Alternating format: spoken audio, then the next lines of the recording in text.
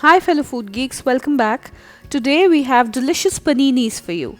This was a requested video by one of the subscribers, Jyoti, and let me start by showing you the different kind of breads we can use to make the panini. So first we have a sourdough. This is the shape of a sourdough loaf. This was a freestanding loaf. We've got it pre-sliced. This is an excellent bread and one of the most popular breads we use to make the panini sandwich. It is porous, but it has a very nice taste as sourdough is naturally leavened bread.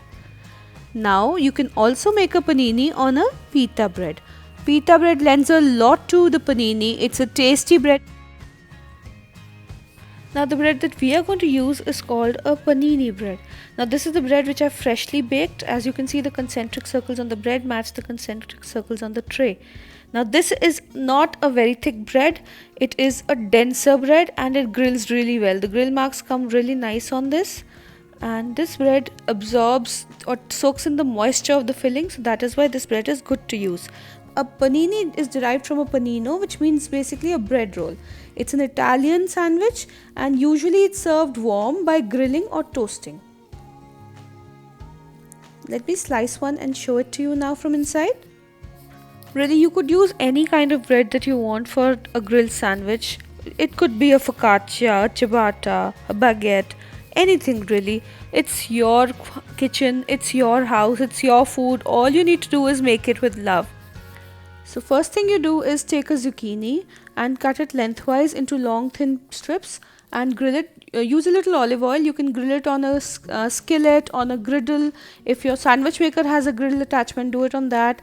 Add some sliced garlic along with it, and both these things are grilled, so that gives a very nice taste. So these are the garlic I'm using, and then we have tomatoes which I've sliced simply, and 2 slices of Swiss cheese. You can use any cheese really, like I told you.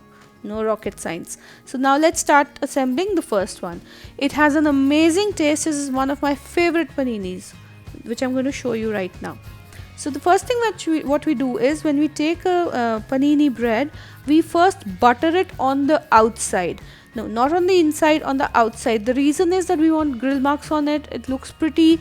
It gives the sandwich a nice crispness. If there's any liquid inside, then the liquid does not seep out, because the bread becomes a little crisper from outside and looks attractive as well. So the first thing that we do is butter our bread. So now we turn the bread around, and now we're going to apply pesto to the bread generously on both the slices. Now the recipe for the pesto is already on the channel. Please go and check. There's also going to be a link I'm going to paste just after the video, and then you can see from there also.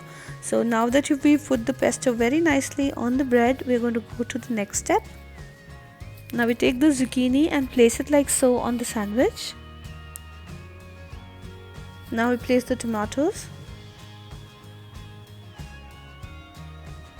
Put the garlic on it, sprinkle it around,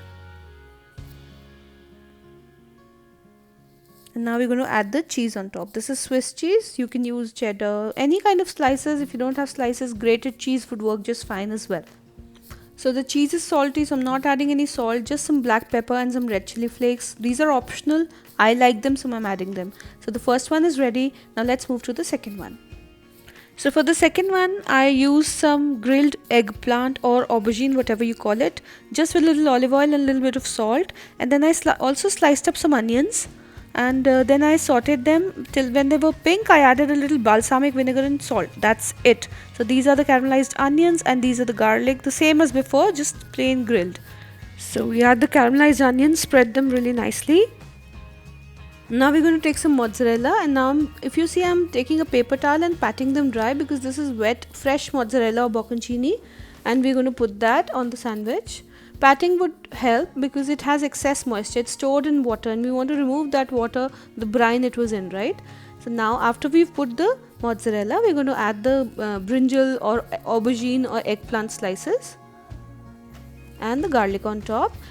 Now I'm going to add homemade marinara sauce. If you don't have homemade, you can use store-bought. Also, it's also known as pizza sauce, or if you don't want to buy any, you can use some ketchup also. That would also work equally well. Now I'm going to add some pepper, and then I'm going to take green Tabasco sauce and add that, a few drops. Now if you don't have green, add red or any sort of habanero sauce, any sort of chili sauce basically you can add to this, because you see the onions are a little sweet. So this really helps. The tartness of the sauce really helps. So now let's go to the third sandwich. This one is ready. For the third panini, what we're going to do is take provolone cheese. Now I've taken provolone. You can take any cheese, like I said, your wish. You could take mozzarella, you could take cheddar, you could take any processed cheese that you like, American, Swiss, your wish. And I'm putting 2 slices. Now I've sauteed some mushrooms in olive oil and some spinach. For spinach, I just took 1 teaspoon of olive oil, spinach, and a bit of salt and garlic. And I've just sauteed the 2 up, and mushrooms I just browned. I did nothing to them, no seasoning, nothing whatsoever. So I'm placing the spinach, the sauteed spinach on the panini. Next I'll place all my mushrooms on it generously. Now I cut them a little thick because mushroom gives a very nice meaty taste, so I enjoy that. So I put the mushrooms nicely, generously. Now I'm going to add some pepper, and after the pepper I'm going to add jalapeno slices. Now I have taken jalapeno and vinegar. You could take any kind of chili, really fresh or pickled. It's really up to you. You don't want to eat chilies, remove it. That's also up to you. So now after that I've added that. I have a bit of mozzarella left from the last panini I made. So I'm going to take that mozzarella.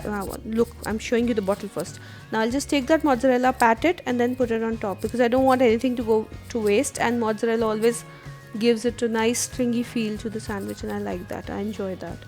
So I'm going to now grill all the 3 sandwiches. I'm going to just put them all 3 of them together so that you can see them, observe them, my trifecta, and now grilling will begin. And grilling is important because we want to get all the information out of them. Bad joke. So anyways, I just butter the base of the grill, and I'm doing that so that it's extra crispy and extra tasty. And now I'll place them. I think 2 would fit at a time, and then the third one I'll grill a little later. Hang on, you have to see the grill marks. Hang on. And then you also have to see me cutting one of the sandwiches. So stay with me. Patience is a virtue, remember? See? Voila, it's done. And now we're going to remove these 2, and I'm going to add the third one.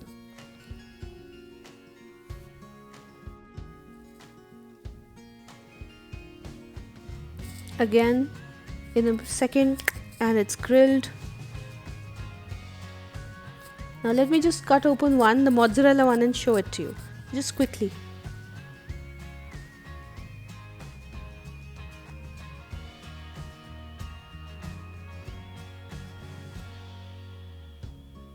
Suspense is killing me here.